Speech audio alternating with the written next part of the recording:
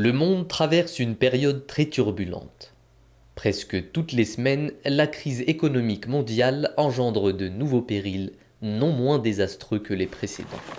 On cite à foison les parallèles entre la situation actuelle et celle de la période précédant la Seconde Guerre mondiale. Et il semble évident que les événements poussent le monde à un rythme sans précédent vers une troisième guerre mondiale dont les effets seront terribles. Sa sainteté Hazrat Mirza Masroor Ahmad, chef suprême de la communauté islamique Ahmadiyya, avertit le monde sur les dangers imminents qui le guettent et l'éclaire sur la voie à suivre pour éviter le désastre et trouver la paix. Ainsi, aux États-Unis, à Washington DC, dans le Capitol Hill, en insistant sur la nécessité absolue d'agir avec équité, il attire l'attention des grandes puissances à agir avec justice vis-à-vis des nations les plus pauvres. Il les exhorte à ne pas convoiter leurs ressources naturelles, mais plutôt à les aider à se développer sereinement et ainsi contribuer à une paix et une harmonie internationale.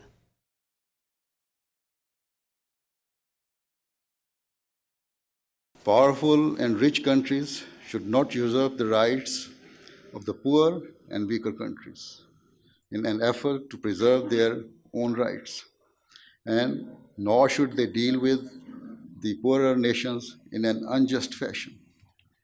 On the other hand, the poor and weaker nations should not seek to inflict harm on the powerful or wealthy nations whenever the opportunity arises.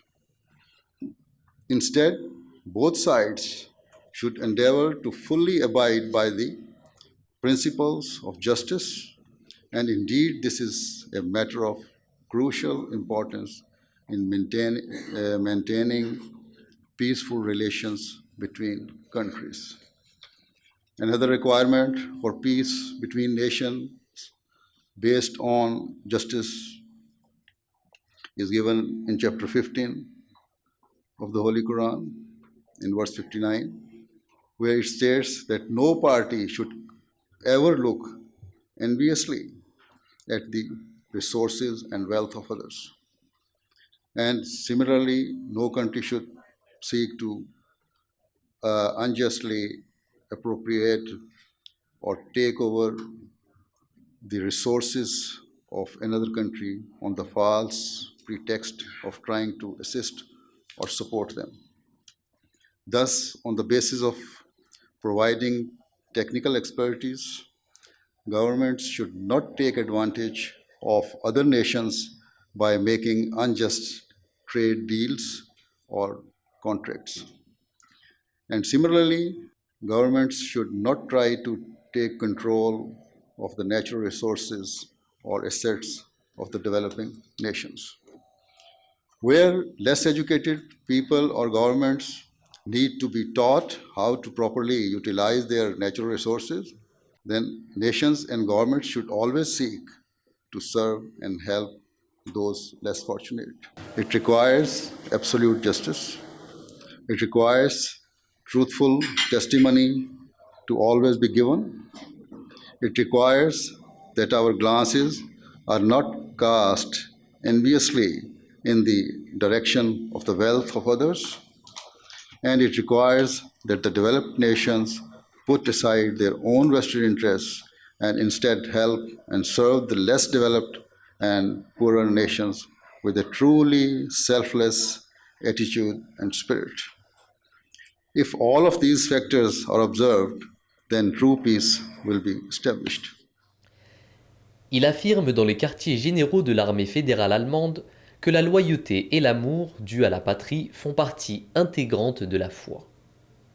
Ce faisant, il refute non seulement l'allégation selon laquelle l'islam est incompatible avec les valeurs des sociétés modernes, mais en plus encourage au civisme et à la démocratie.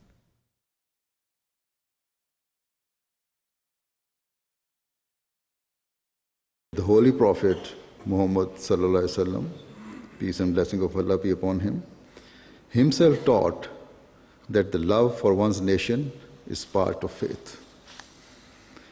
Thus, sincere patriotism is a requirement of Islam. To truly love God And Islam requires a person to love his nation. Face à l'islamophobie qui ravage de plus en plus de sociétés occidentales, il rappelle à Hambourg comment l'islam favorise l'intégration et la loyauté du pays de naissance ou d'adoption, et cite le modèle des musulmans ahmadis comme exemple vivant de cette réalité. Des ahmadis qui n'hésitent pas à organiser des marches de charité pour récolter plusieurs milliers d'euros au profit des handicapés, en Angleterre notamment.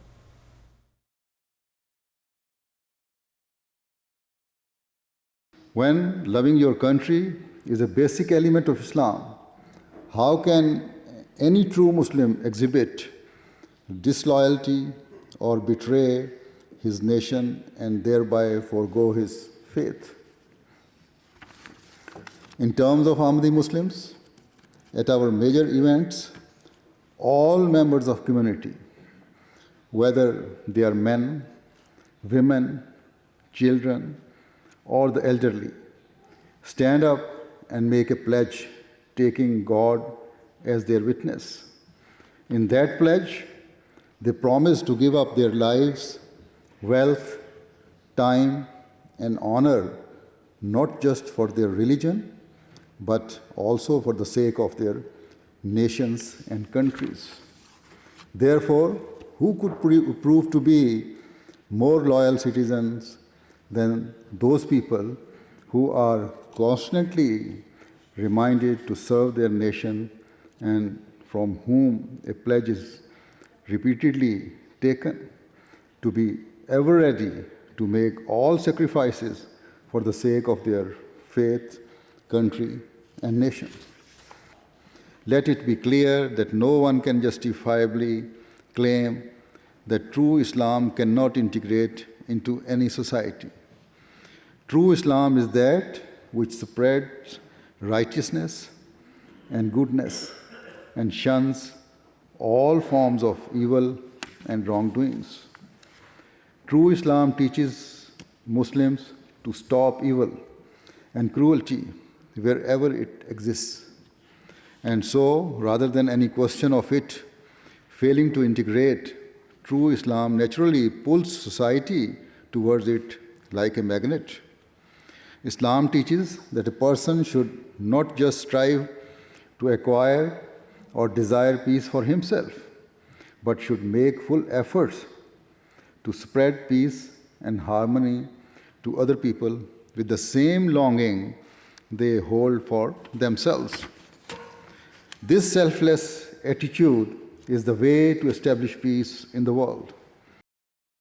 Au Parlement britannique, il met en garde contre les effets dévastateurs qu'aurait une guerre nucléaire non seulement pour aujourd'hui, mais surtout pour les générations futures.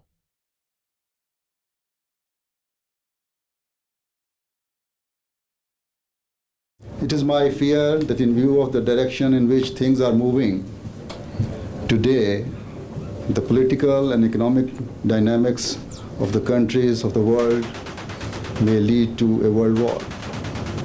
Therefore, it is the duty of the superpowers to sit down and find a solution to save humanity from the brink of disaster.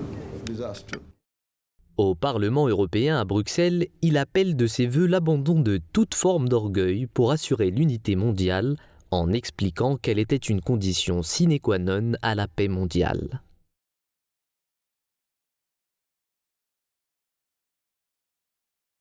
Another key principle Islam teaches is that in an effort to develop peace, it is necessary for all parties to never display any form of pride or arrogance.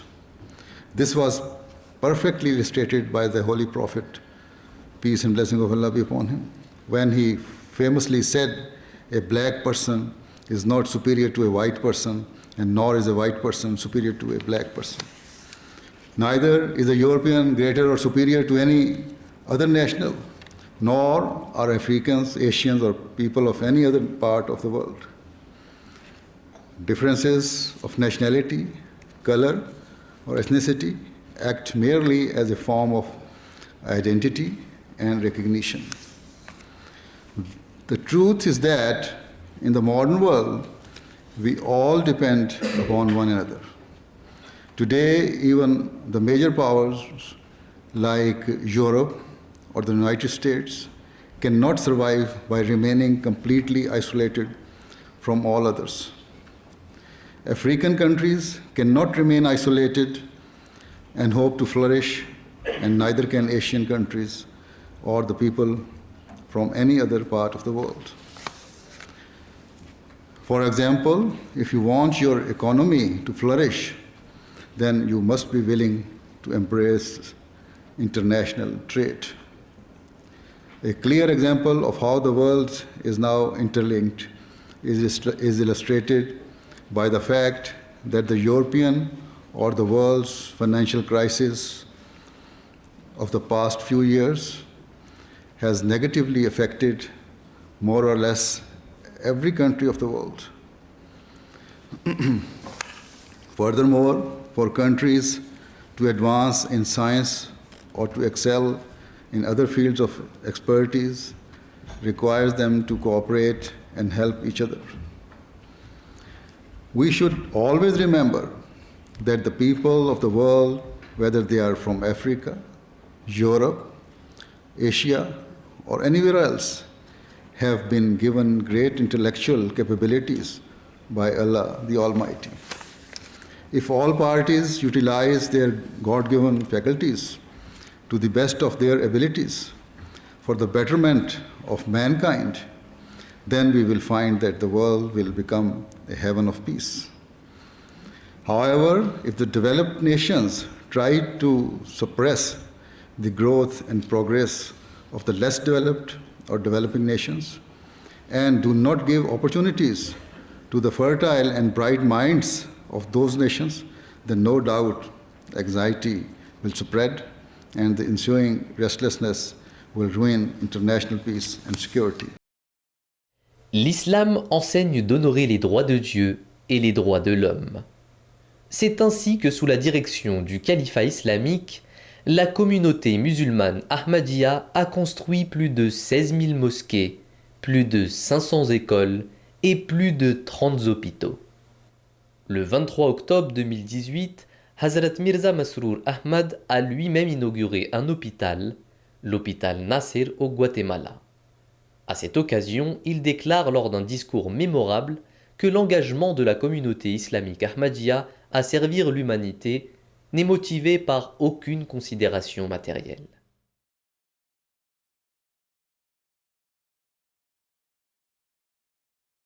The Ahmadiyya Muslim community,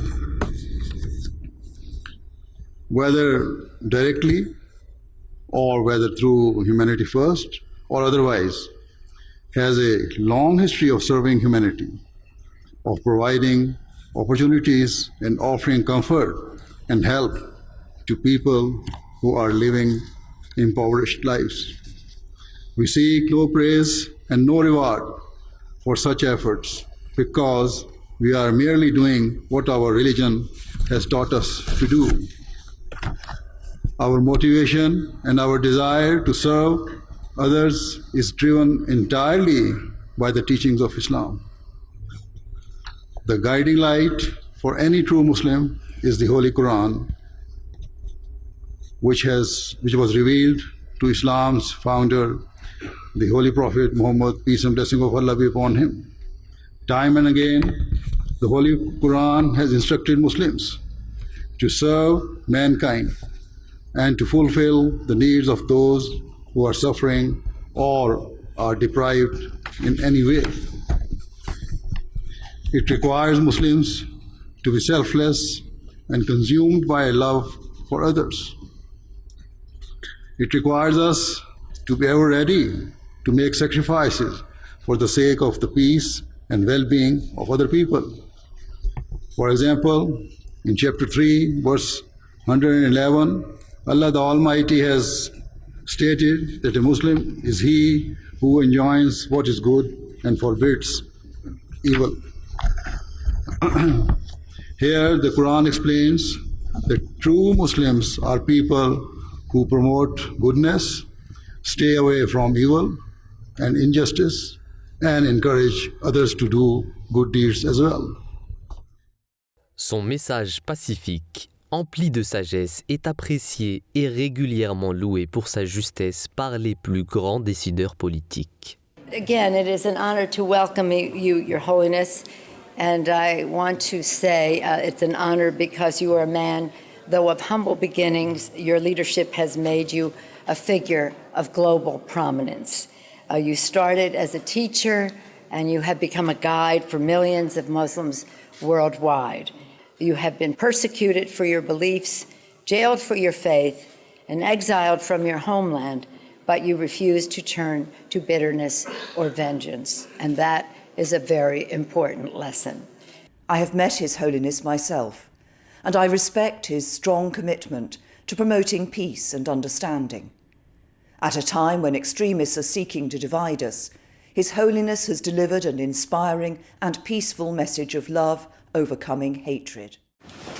So again, what a pleasure it is to welcome you, Your Holiness, to Ottawa, an opportunity to discuss the many challenges facing the Ahmadiyya Muslim community, but also the opportunities that we have to work together on shared goals and challenges. Le calife de l'Ahmadiyya est cet homme de foi qui sillonne le monde pour sensibiliser le monde sur la nécessité absolue de pratiquer la justice, abandonner l'orgueil et créer toutes les conditions nécessaires au vivre ensemble, dans un seul et unique but, préserver la paix mondiale.